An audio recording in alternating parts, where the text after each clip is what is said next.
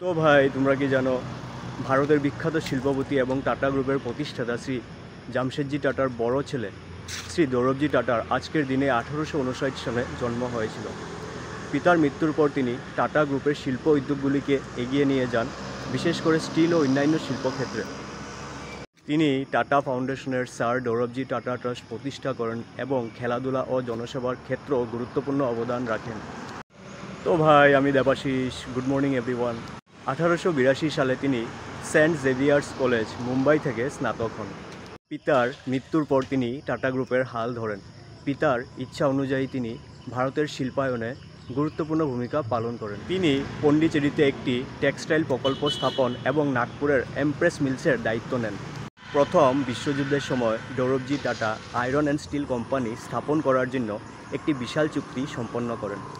যুদ্ধের পরবর্তী সময়ে তিনি যুদ্ধ বিধ্বস্ত ইউরোপে গিয়ে এই প্রকল্পের জন্য অর্থায়ন নিশ্চিত করেন। তিনি 1932 সালে স্যার দৌরবজি টাটা ট্রাস্ট প্রতিষ্ঠা করেন, যা ভারতের অন্যতম প্রাচীন অলাভজনক সংস্থা।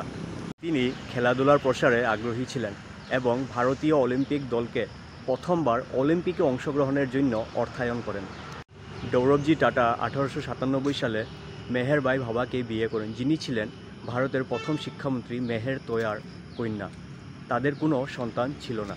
তিনি 3 জুন 1932 সনে মৃত্যুবরণ করেন।